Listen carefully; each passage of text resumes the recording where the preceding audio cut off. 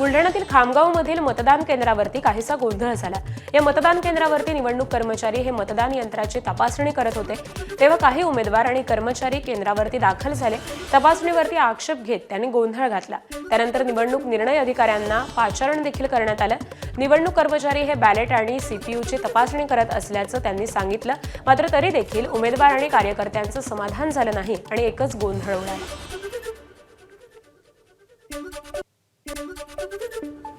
मतदान केंद्र क्रमांक 15-2 मधले आपले मतदान चमू जे आहेत त्यांनी CUBU जोडणी करून बॅलेट पेपरवरची मतपत्रिका आणि CUची जोडणी व्यवस्थित आहे का हे पाहिलं।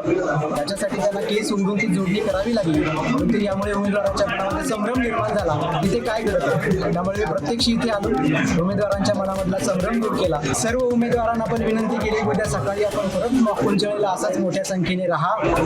परत एकदा आपल्याला मतं करून पहा, आपल्या समोर 0 होईल आणि त्यानंतर मतदान सुरू होईल। एबीपी माझा, उघडा डोळे बघा नीट।